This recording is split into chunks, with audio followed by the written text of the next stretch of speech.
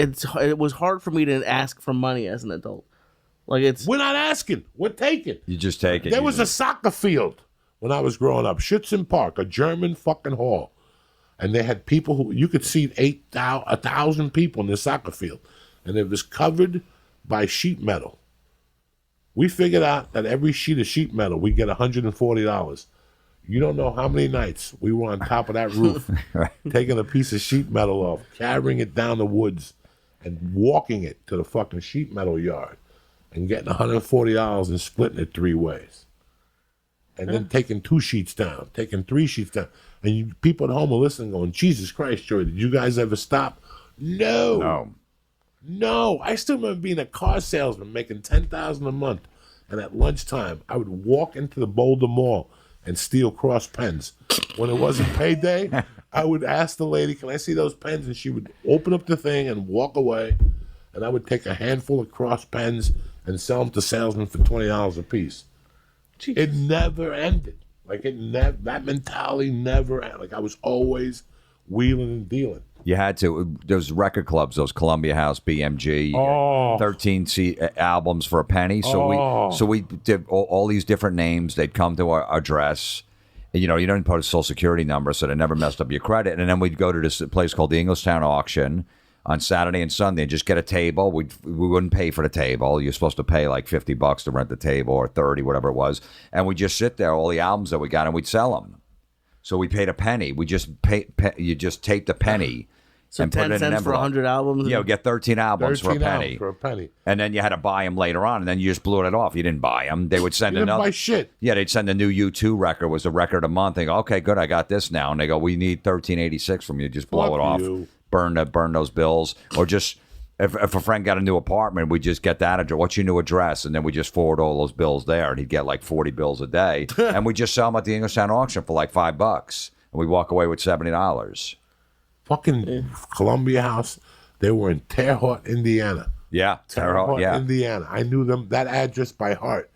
And I would just buy magazines, and I would fill out Columbia House, mail them to the house across the street, and you'd wait for fucking the mailman to come. You see the big box come? You see the big box, you run up the stairs and take the box, and then you'd have duplicate out. And all the albums were a farce anyway. They were all duplicates. Yeah, they weren't. They weren't great. They were really thin. They weren't really the original albums. They would just make copies, and that's why you got 13 of them for a penny, and then you had to agree to buy 4 of them over the next 3 years. Yeah, for like $28.99. Yeah, which is ridiculous. That's how they made their money back. Whenever they changed formats from album to cassette to CD, I would go, okay, I need all the Black Sabbath stuff now in a cassette. Now I need it in a CD, and I would just get it through Columbia House. I'm like, fuck it, I already paid for it once. I'm not paying for it again. I actually wrote a check to Columbia House back in like 2004 when I started making money in comedy, and I sent them a check for $2,000. I said, just cash it. I ripped you guys off for years or whatever. Just cash it because I felt bad. Huh? Did they cash it? it? Yeah, I cashed it. Did they ever mail you a thank you? No, they did nothing. I didn't hear back from them. Fuck those motherfuckers. But I don't care. You made me feel guilty. I almost wrote them a check, but if they're not going to say thank you. No, they didn't say thank you. They go fuck themselves. Believe me, I ripped them off for probably $5,000. Jesus. Oh, I got them too. There was another company called Finger Hut where they'd have like these little CD players or whatever, or clock radios, all these little gadgets, and it was the same thing.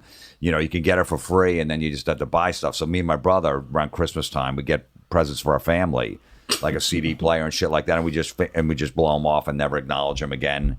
They'd be chasing us. So down they had these great catalogs of little like shit. It was almost like Sharper Image, right? But shittier stuff. Okay, like a shittier version of Sharper Image. And they would send you shit with no money. No money. They would send you one thing with no money, and then you had to buy like 4 other things. Like, are you fucking kidding me? It's amazing where they like. How long did Columbia House last? They're still around. Yeah, they're still basically around, but years. I mean, I'm like, how does this company stay in business? Because I don't know anyone that paid them. I don't know one person that ever paid them. I tried to do it. My brother was ripping them off so much. I go, you know what?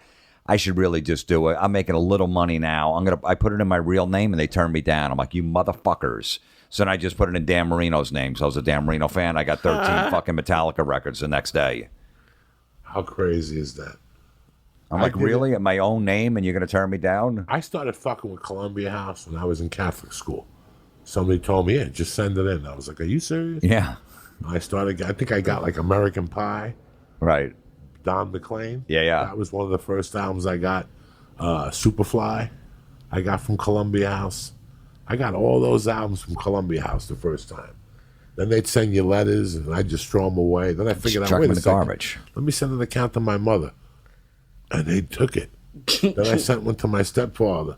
And then I just started putting fake names and sending them to my address. And they would still send them. Same one. You could use the address like 15 times with 15 different names. You just make up a name, and they would keep sending them. People across the street, the Tristanos. Right. They had 2 girls. How many things I sent to their house? Right. I sent pornos to their house because we used to get Super 8s. When Super 8, and I told that bit for years about, people didn't know that. Before YouTube or YouHub or Pornhub and all that shit, if you wanted to get porn, you had to order it in the mail. When I was like 10, 11, you had to get porno in the mail. So you had to, and it didn't even go to like, it wasn't even Playboy or Hustler. It was like regular magazines.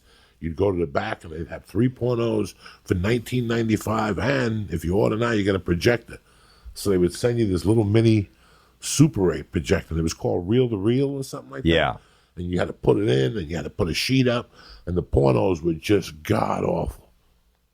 Like, the reason why I don't watch porn today is because of those pornos from the 70s. Whatever they sent you in the mail, all those women are dead. Like, all those women got killed. They did not survive. They were lied to. They picked them up in a van. You could see it. Like, they were crack hoes even before there was crack. Like, it was that bad, the pornos. You could get pornos in the mail. So I don't remember that. I don't remember that. I would have definitely have done that. I don't. Me and my friends did it, I think, one time, and that was all it took. Yeah. Like, it scared the shit out of us. Like, we went into an area that you weren't supposed to go in. Yeah. It was me, Sabatino, the Special Brothers, and I think one of the Balzanos. And we all chipped in $5 because it was like $19.99 plus shipping and handling. And you had to wait 6 weeks for them to process it. It was just like getting a ticket in the 70s. Like, if you wanted to go see The Who, like, who were you in 76? We had to send Pink Floyd also. Pink Floyd The Wall. Well, not Pink Floyd The Wall, I'm sorry. There was somebody else that, PLJ in the old days, you had to mail a check or a money order in to PLJ, and then they would send you tickets back. They would send you a letter with 4 tickets. You only were allowed to get 4 tickets. You didn't know that, Jim? Yeah, no, I did remember. Yeah, you couldn't get too many. They wanted from the scalpers. They didn't want the scalpers So it buying was 20 4 tickets. So let's say Judas Priest was doing 5 nights at the Palladium. You would order, Lee would order, I would order, Keisha would order 5. So 5 of us would order 4 tickets. And if you went, then we would go Monday, Tuesday, Wednesday, and Thursday. And usually if you mailed it in, you got them. Yeah. Unless you mailed it in 2 weeks late and you didn't get shit. Okay. But if you mailed it, right, PLJ said tomorrow at 8 a.m., if you mailed it that day, you usually got tickets. Especially at the Garden. Yes did that. Yes came every September, 5 or 6 nights. You had to mail shit in to get it back. But porno, the first time I saw porno, it was porno that you had to order in the mail. And I still remember waiting 6 weeks for it and fucking getting it, and it being like a secret fucking party, like handshakes, and people came over, and we had to do it in my house up in the attic, and it was hot, and we had to bring a fan and an air conditioner. Yeah. Like, that's how crazy that shit was. Yeah, man. I think I lit those porns on fire. We melted them. That's how disgusting they were. They were that fucking disgusting. That's funny. Like, we thought we were going to see, like, models and shit. It looked like women that had been run over, and they smuggled them down to the hotel or some shit. It was bad. It was really fucking bad.